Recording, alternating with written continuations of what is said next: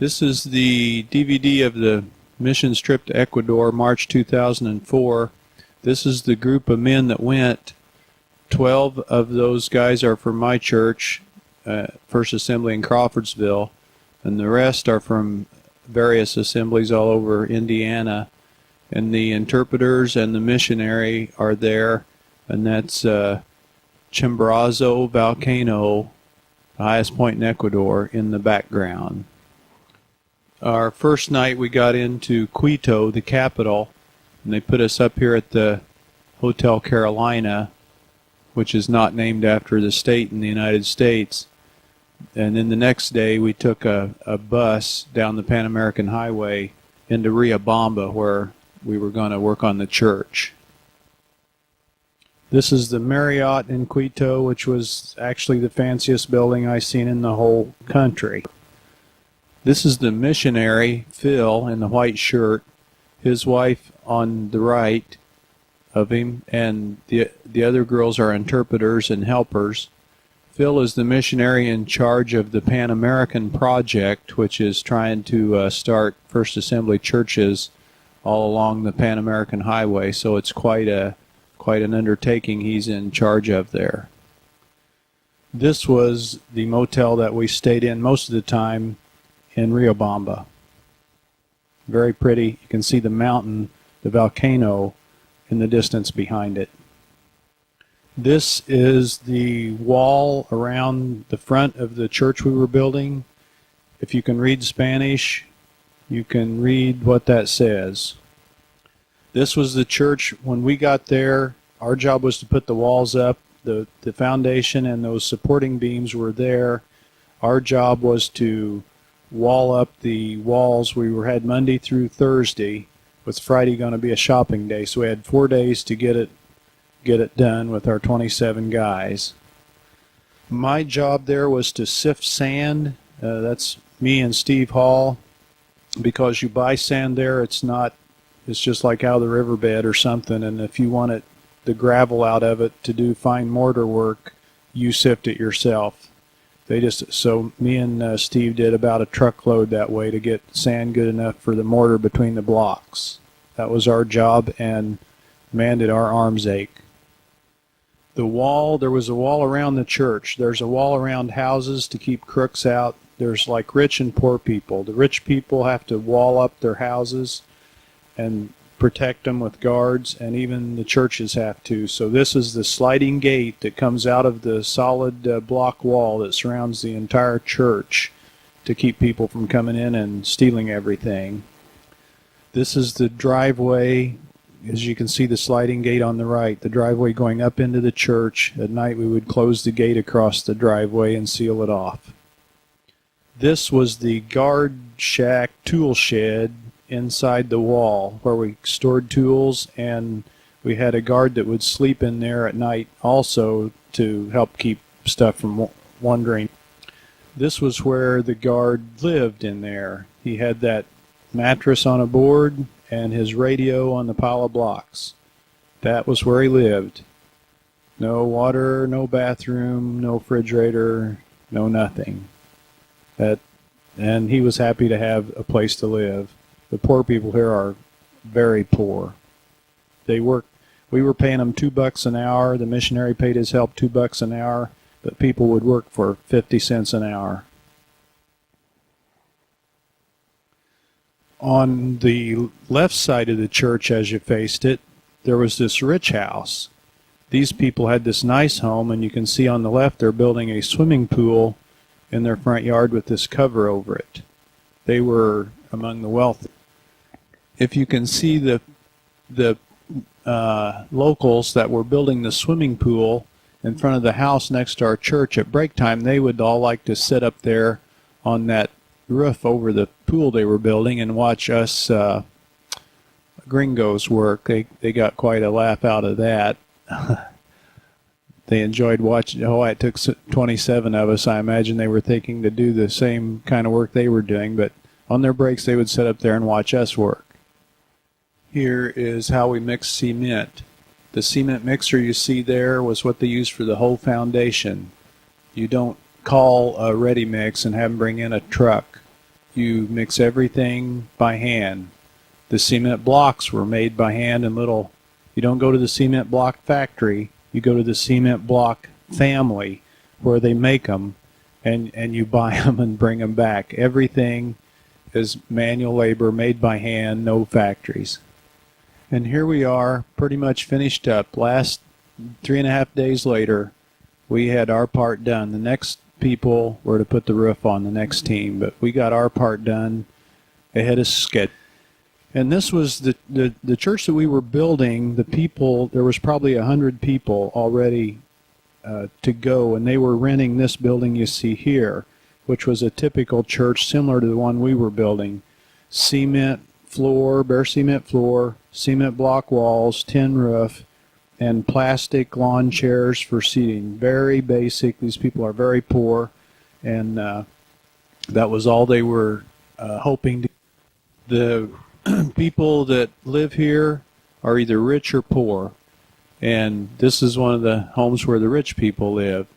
They have nice houses, they have fences around them. All the nice homes have fences and gates to protect them, and the rich people live good, and the poor people live poor. There was no middle class. And here are some homes that the poor people live in. You'll see their wash out on their line. I guess it's their clothes dryer hanging out there on their roof. They put their clothes out to dry, and the poor people didn't have walls around their houses. I guess they just hoped nobody come and steal their clothes. This was a typical home in Ecuador. The families, the people there are very family oriented. So they would build a home, and the next generation would live there also. They'd build them so they could keep building up. They had flat roofs on them that were like the floor of the next level. So when another generation was born, they'd put another story on. Well, you have maybe 3 to 4 generations alive at once. So houses wouldn't get any taller than 3 or 4 stories, but the whole family would live there kind of Walton style on the land and in the home, and families almost never sold their homes. They stay right there where they are their whole lives. The poor people couldn't afford cars. Cars were more expensive there than here because they had to import them, and yet the pay is so low, few people could afford vehicles, and the poor people just got around the best they could like this. And in a hilly country, you can only imagine how rough that would be. There were no Walmarts, no big stores. A lot of stuff like this just sold out on the street. If you wanted a banana, you went to the guy that sold bananas. So you could see it would take a long time to shop and get all your shopping done. And here, if you wanted a melon, you'd go to the guy that sold the melons. Just all up and down the road, there would be these people selling stuff in little tiny shops. Here's an example of a very small home, but people were living in it. Some more of the beautiful scenery and flower plants.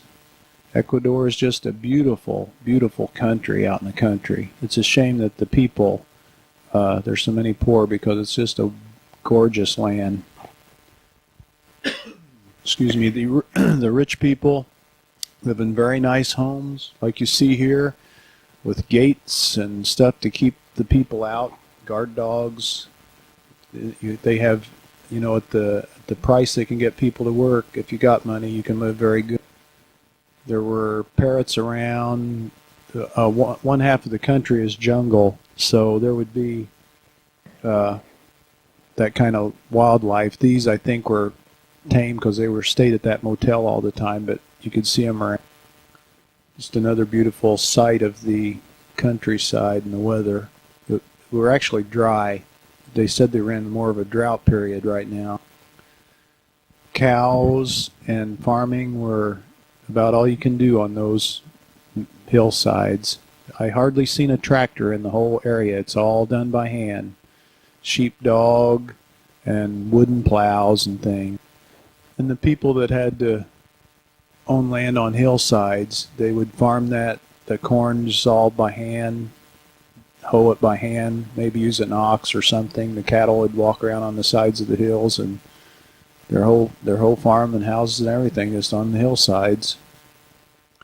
Here's an example of the poor kind of living you have. The people in shacks, even along the main highway. That was the Pan American Highway there, as I recall, and that's the kind of shack you're liable to see right out there along it. People living in it. All building was cement, though. I think because of the dust and the volcanic ash when the volcano erupts, they want them so they can sweep them out easy. Everything was bare walls and floors.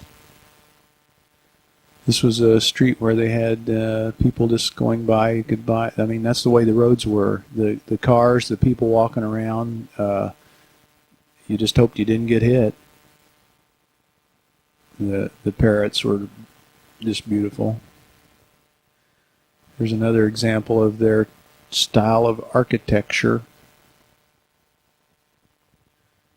If you look on the hill in the background, you can see the places where they farmed right up the hillside there. The fields are stuck right on the side of the hill. The missionary's wife had a birthday party while we were there. We had a surprise birthday party for her husband here. The missionary Phil threw, and of course with the Spanish tradition you would have to have a piñatas. For her birthday party they brought in a marimba band all dressed up in the local costumes and playing the local instruments, and they were quite entertaining as well. Another motel that we stayed at had this show for us.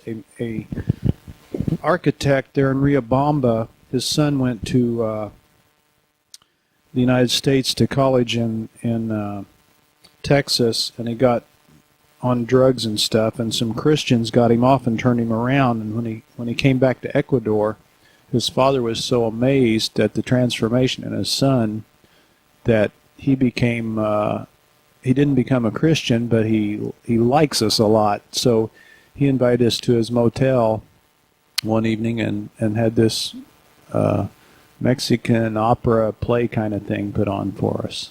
I'll get some more pictures here. In this part of the play, there was a guy trying to win the hand of a woman, and there was a bullfight, and I guess you had to understand Spanish to get the whole picture, but it was very colorful. One night in the motel we stayed at, they had the Ecuadorian beauty pageant contestants staying there, and there were a lot of police, local police around, and all guarding them, but one of our people managed to sneak in and get this picture, the Ecuadorian beauty pageant. And driving, though, is another situation altogether. The roads are crowded, under taken care of, and if there were any rules about driving, I was unable to detect them. We're going to look at some pictures now of the way people, what they called passes for driving in Ecuador. There are sometimes lines on the road, but they apparently have no meaning for anything. Did I mention how crazy people drive there?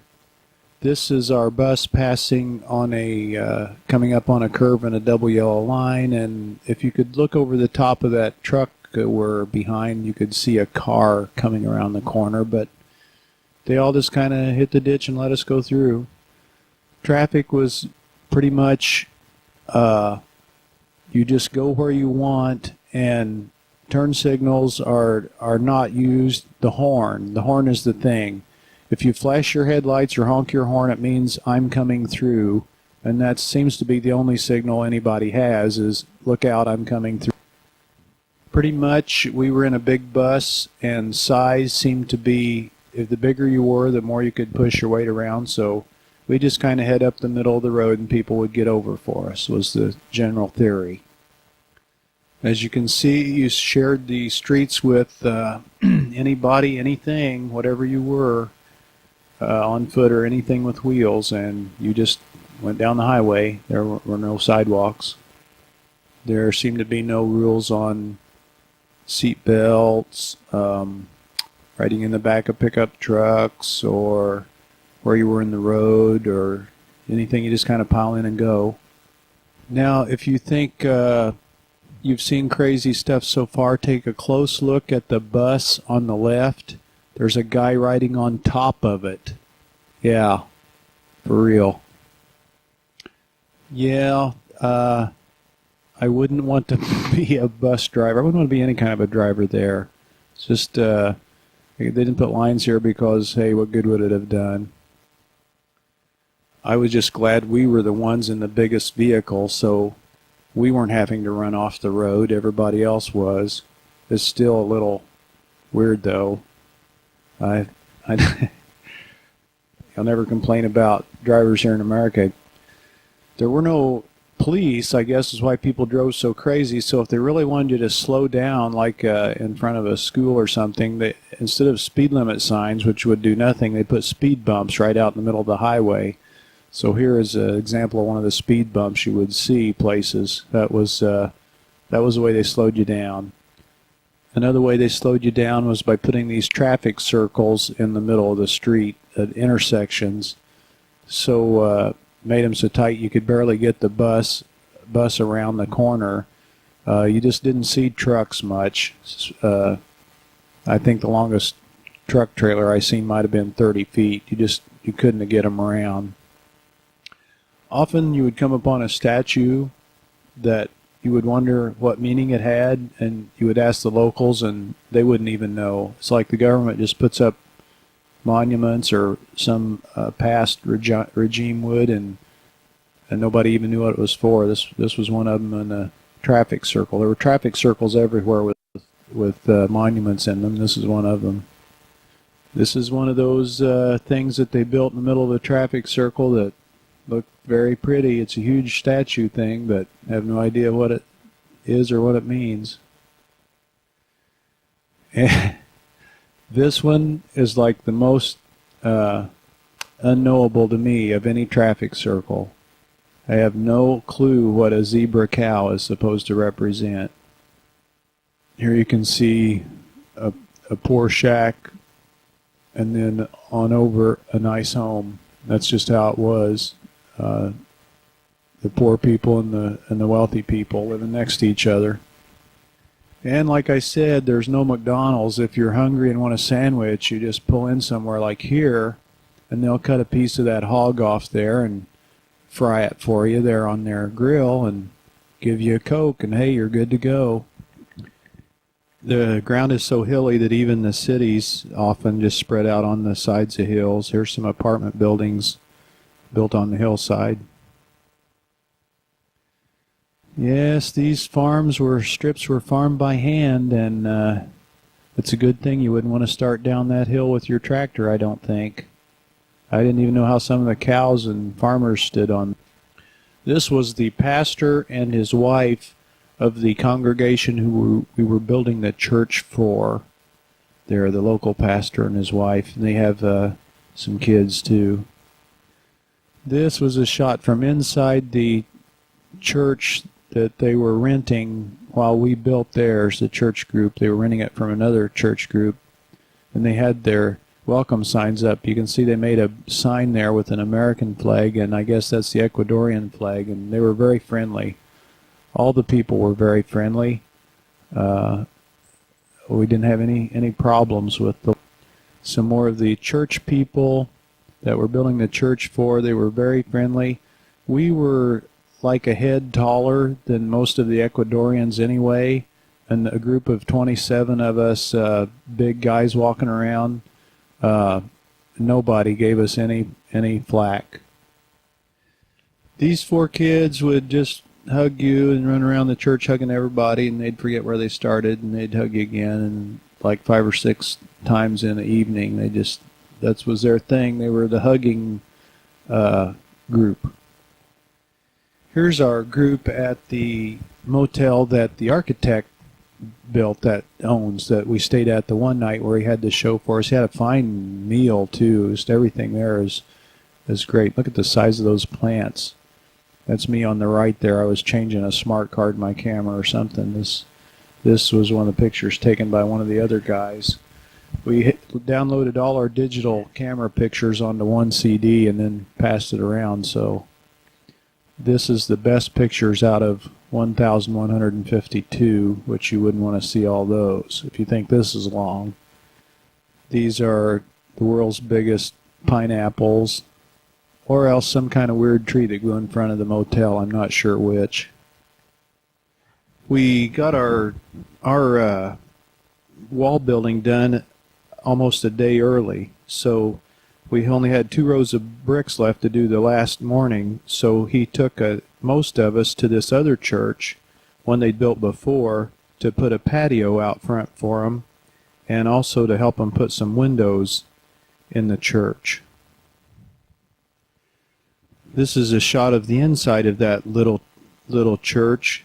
They wanted us to put windows in it because last year when the volcano went off, it blew ash all through the church there, and they had a big mess to clean up. So they thought if we could get windows and doors in it for them, next time the volcano goes off, it would make such a mess.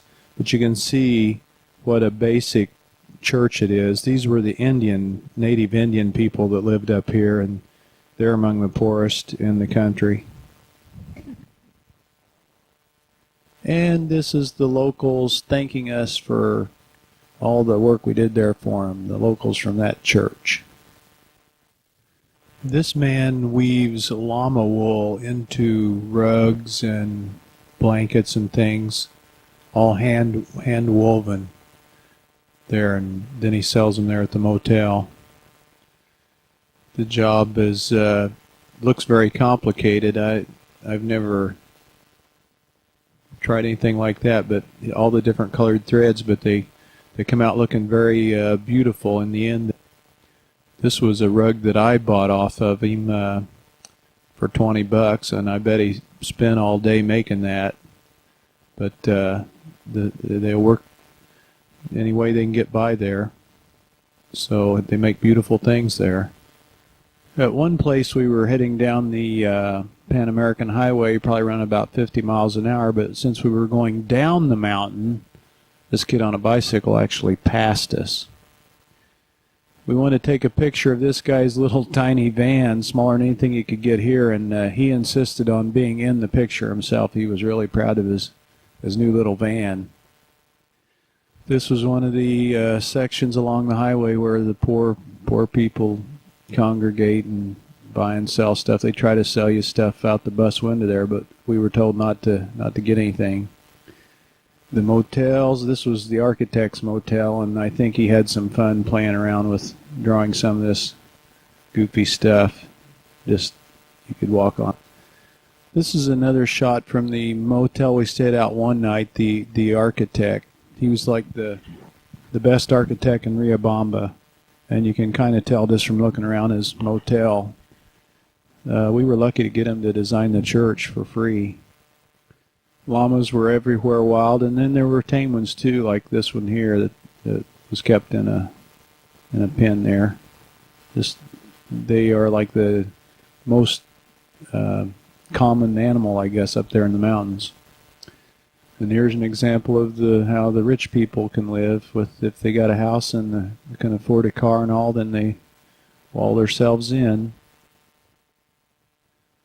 Another picture of the beautiful countryside. The mountains, anywhere you were, you could look up and the horizon was just beautiful. Mountains, any direction you wanted to look. This is a shot of one of the towns in the valley and the mountains in the background. Here's a view of some of the nicer places and plants and the way you can grow these huge things, and everything looks beautiful. I have no idea what those plants are. And the meals, they fed us very well. We had the local food, but prepared in places where they used purified water. They didn't let us get a hold of any of the water that hadn't been purified. It would have made us all sick, but we did pretty good. I never had any problems. There was one or two guys that did, but most of us got through well, and we had very, very good food. They took care of us good. This is Brian here and some the local vegetation. The weather is like in Riobamba, it's 50s at night and 70s in the daytime all year round.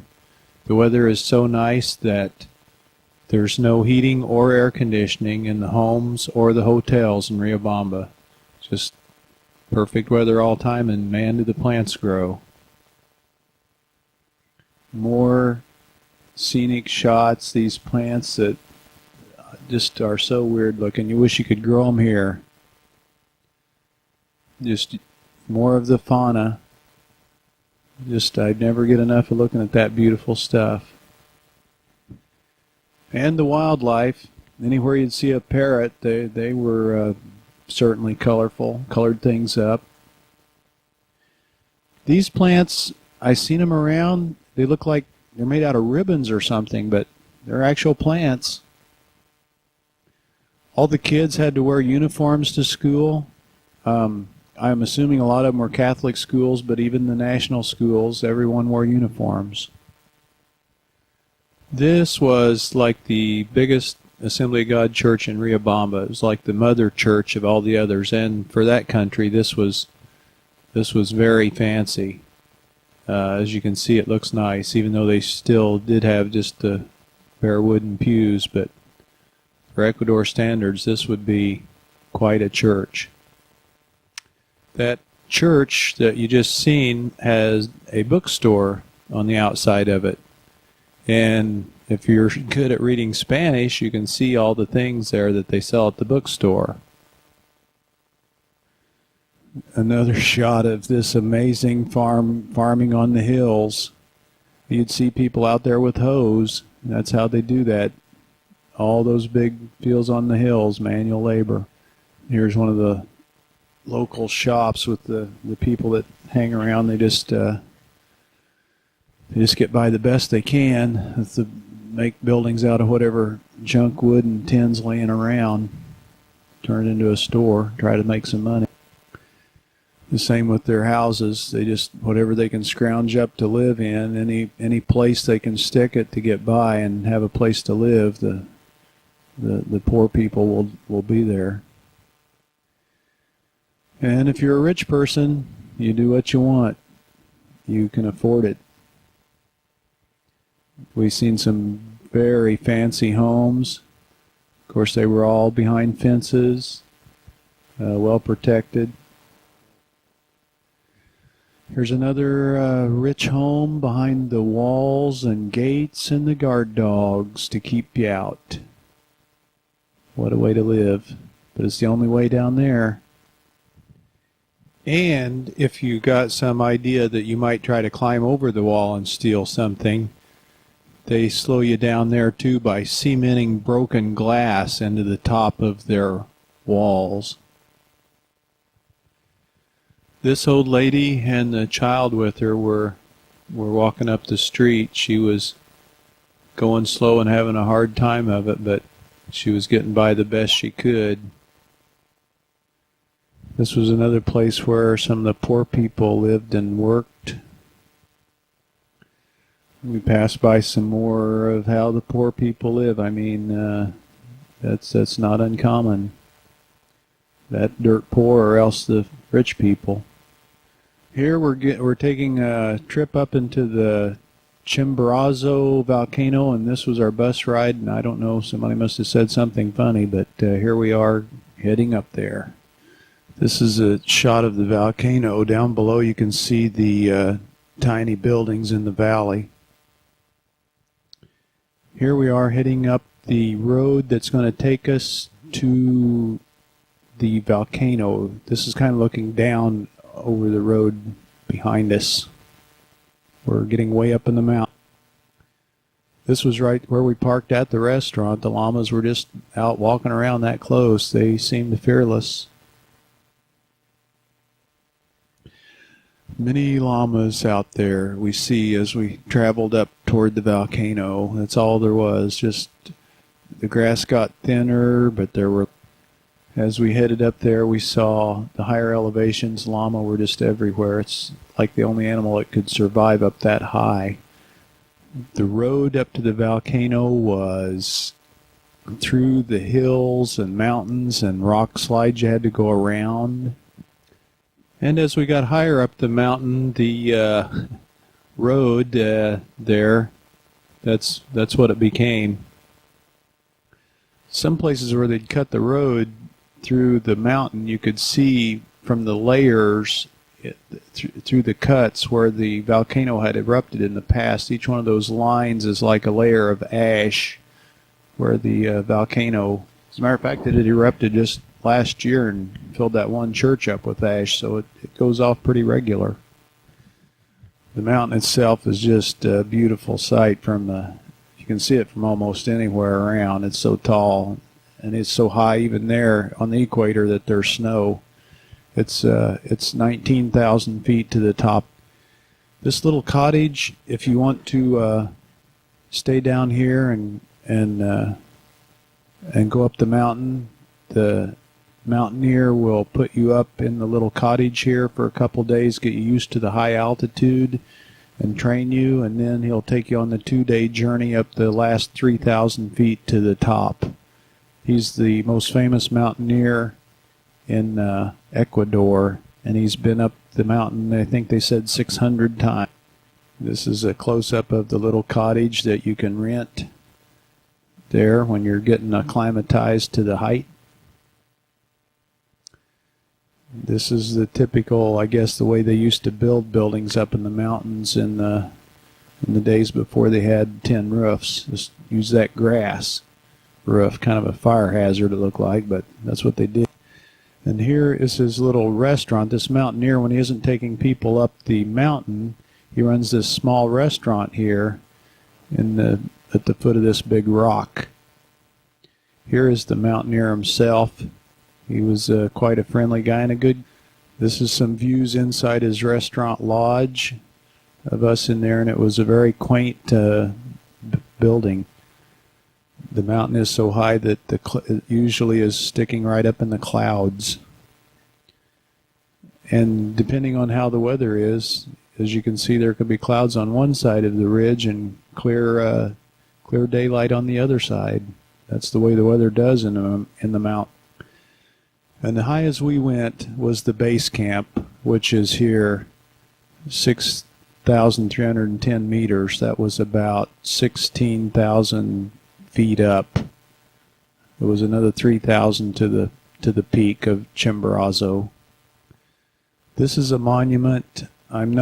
Can't read Spanish, but I believe they said it's the names of people who have died on the mountain trying to go up it or in some way contributed to it. Another one of the spectacular views of Chimborazo. As I got near the high up as we could go, up around 16,000 feet, we started running into the lower cloud levels, and we didn't go beyond that, but there was water coming down from the runoff of the snow up there. This is the base camp where you stay before you go on up if you're going to try to attempt to make it to the summit. This is your last main base camp. You can see some of them were walking on up. I walked up a little ways there too, but we came back. You take 2 or 3 steps and you had to stop and take a breath. At 16,000 feet, you just couldn't breathe. You couldn't get any air. And if you would climb clear to the top, you would come back out of the clouds. This was a picture I took from the airplane as we were leaving. That's the top of Chimborazo sticking clear out of the clouds. This is the last picture. This is a shot from the air as we left Ecuador. You can see that road from up here. What a country.